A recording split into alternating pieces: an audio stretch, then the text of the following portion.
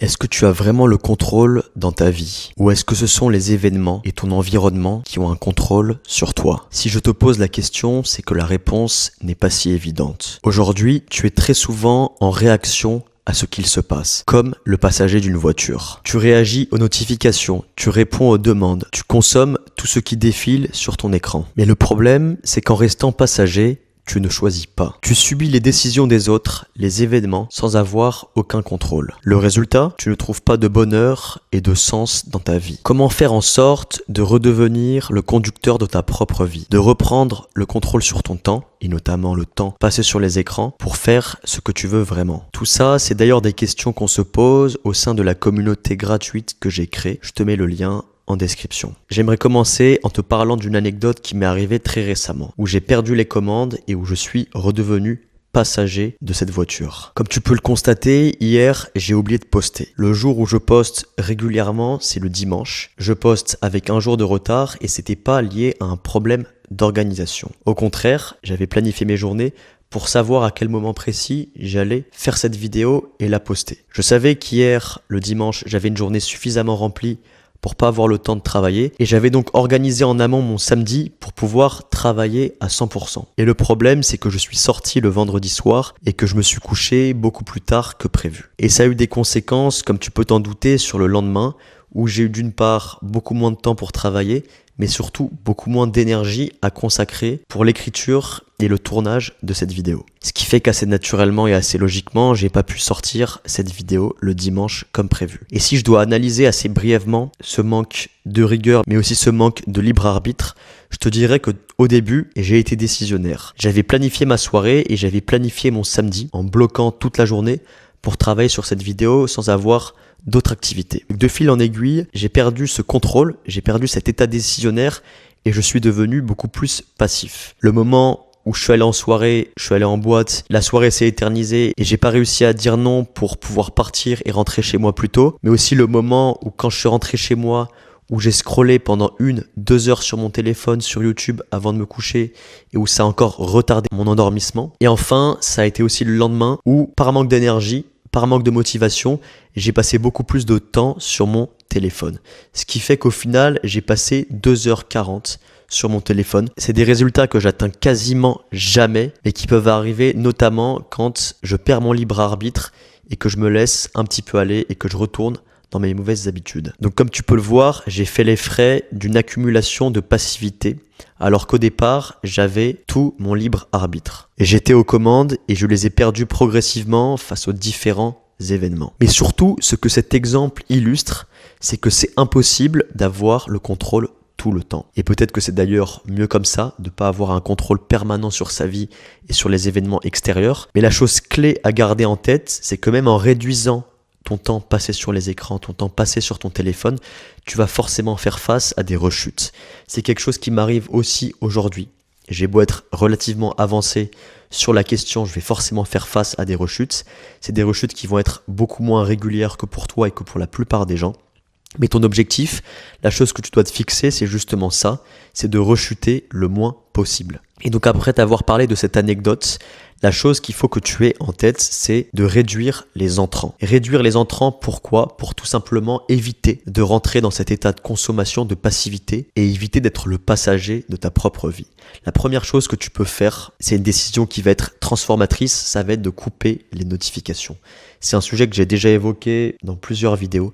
Couper les notifications, ça va être indispensable si tu veux arrêter de subir les événements qui arrivent dans ta vie. Couper les notifications, c'est dire non à la passivité et c'est progressivement reprendre le contrôle sur ce que tu veux regarder et quand. Et là, je parle de couper 99% des notifications, toutes les notifications qui vont être associées aux réseaux sociaux, qui vont être associées à des applications, peu importe lesquelles. Ça va être de simplement garder les notifications qui sont les plus urgentes, à savoir le téléphone et éventuellement les messages. La deuxième chose que je te conseille vivement de mettre en place, c'est de supprimer la plupart des applications. Et à l'intérieur, j'inclus bien évidemment les réseaux sociaux. Et là, ce que je te conseille de faire, c'est de garder seulement l'essentiel. Pour chaque application, pose-toi la question, est-ce que j'en ai réellement besoin? Ou est-ce que ça m'apporte plus de négatif que de positif?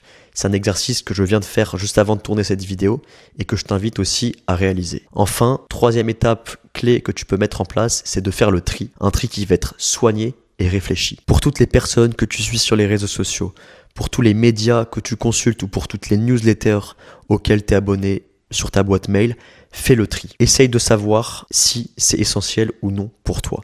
Et là, je peux te donner l'exemple de ton armoire et des vêtements que tu portes au quotidien. Peut-être que ton armoire, elle est remplie de vêtements, que tu as tellement de vêtements que tu sais même plus s'il y en a que tu vas mettre ou non. Et la question qu'il faut que tu te poses, de la même façon que pour faire le tri avec les réseaux sociaux que tu veux utiliser, avec les médias que tu veux suivre, ça va être de te poser sincèrement la question, est-ce que je veux réellement porter ce t-shirt ou non? Est-ce que je suis réellement heureux quand je le porte ou est-ce que je le garde simplement au cas où je le porte plus tard? C'est une question essentielle, mais aussi indispensable, qu'il va falloir que tu te poses pour chaque réseau social, pour chaque personne que tu vas suivre, pour chaque média, pour faire le tri et pour surtout éviter de subir l'afflux d'informations qui va pouvoir potentiellement nuire à ta réflexion, à ta créativité et à ta vie de manière générale. Et donc ces 3 premières bases, elles sont relativement simples à mettre en place, mais elles vont être indispensables. Ça va te permettre de réduire le bruit, de réduire les interruptions et à te laisser plus de place à la réflexion, à la créativité et au choix conscient. Et donc, assez concrètement, passe à l'action, essaye d'appliquer juste après cette vidéo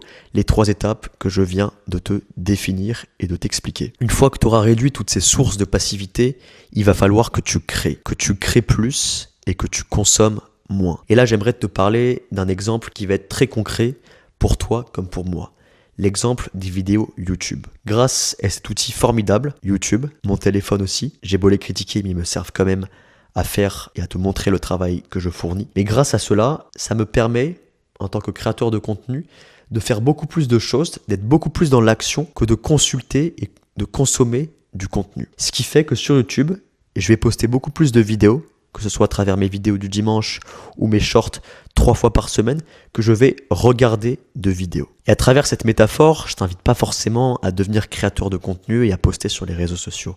La seule chose que je veux que tu gardes en tête, c'est qu'il faut que tu crées plus et que tu consommes moins. Et pour savoir ce que tu as envie de faire, ce que tu as envie de créer pour justement remplacer toutes ces sources de passivité et de consommation, il y a 3 éléments que je t'invite aussi à suivre. La première chose, l'exploration. Quand tu sais pas forcément ce que tu as envie de faire, quand tu sais pas forcément ce que tu aimes, il va falloir que tu explores le champ des possibles et que tu te poses la question, quelles sont les activités, quels sont les sports, quels sont les instruments, quelles sont les habitudes que j'ai envie de mettre en place parce que ça me procure réellement du bien et parce que ça me rend plus heureux. Faut pas que ce soit des contraintes, mais réellement des choses qui sont bénéfiques pour toi et pour ta vie. Il faut que tu comprennes que cet état de passivité, qui fait très certainement partie de ton identité, c'est pas un hasard. Si tu passes autant de temps à être passif, à consommer du contenu au lieu d'en produire, c'est peut-être tout simplement parce que tu ne sais pas quoi faire d'autre. Ensuite, une fois que tu auras fait cette exploration, il va falloir que tu sélectionnes et que tu priorises. Lorsque tu auras trouvé les choses que tu veux réellement accomplir, que ce soit de commencer un sport, de commencer un instrument,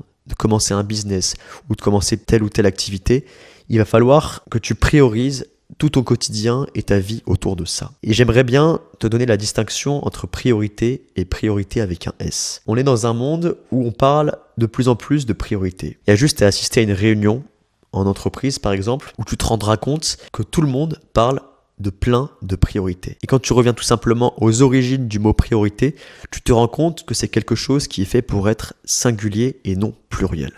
Sélectionne donc cette priorité, cette chose que tu as envie d'accomplir et qui doit être le cœur de tes journées. Pour ma part, c'est les vidéos YouTube. C'est la chose sur laquelle j'ai envie de me concentrer. Et l'exemple que je t'ai évoqué en début de vidéo, ça me permet aussi de me recentrer sur cette priorité qui est de diffuser des vidéos et donc de me concentrer beaucoup plus sur ça que sur d'autres choses qui vont être moins importantes en l'état actuel des choses. Donc une fois que tu auras suffisamment exploré, sélectionne et choisis les choses sur lesquelles tu as vraiment envie d'avancer. Et enfin, il faut que tu organises tes journées en fonction de cette priorité. Il faut que tu te dises, cette chose où je suis conducteur et où je ne suis pas passager, comment est-ce que je peux faire en sorte pour que ce soit l'élément central de ma journée? Et tout le reste, toutes les choses qui vont être moins importantes, elles vont découler de cette priorité et tu vas pouvoir les inclure dans ton quotidien, mais une fois que tu auras réalisé la tâche la plus importante. Et donc ça implique le fait de savoir dire non. De dire non aux opportunités qui arrivent, que ce soit des sorties avec tes potes,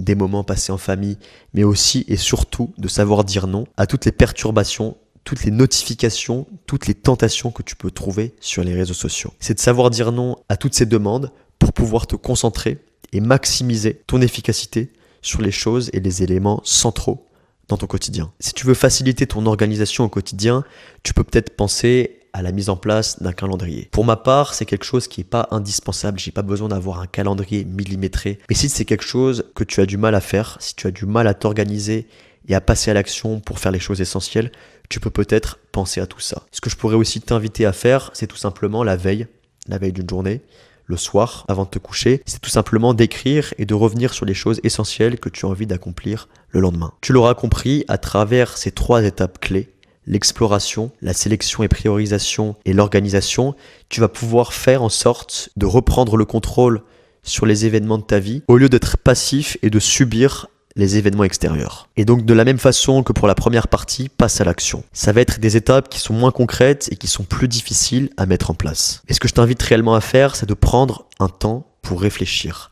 Prendre un temps pour réfléchir à ces 3 étapes et tu peux le faire en écrivant, en te posant sincèrement les questions et en te demandant quelles sont les choses qui t'animent, que tu as envie de faire et quelles sont les choses que tu veux prioriser dans ton quotidien. Prends ce temps, c'est quelque chose qui va être hyper important si tu veux réellement avancer sur la question. Les 3 premières étapes que j'ai pu t'évoquer, couper les notifications, faire le tri et supprimer les applications les plus néfastes, ça va être des bases, ça va être des fondations, mais elles vont avoir aucune valeur si tu n'appliques pas les 3 éléments clés que je viens de t'évoquer. Si tu arrêtes de consommer mais que tu ne crées pas pour autant, tu vas faire face à un vide. Et la création, justement, va te permettre de combler ce vide et de remplir de façon intéressante tes journées. Pour finir, j'aimerais revenir sur cette métaphore du passager. Être passager dans ta vie, passager dans une voiture, c'est quelque chose qui est confortable. Tu vas pas avoir besoin de prendre de risques, de prendre de décisions. Et ce confort, c'est aussi quelque chose qui va t'empêcher de réellement vivre la vie intensément.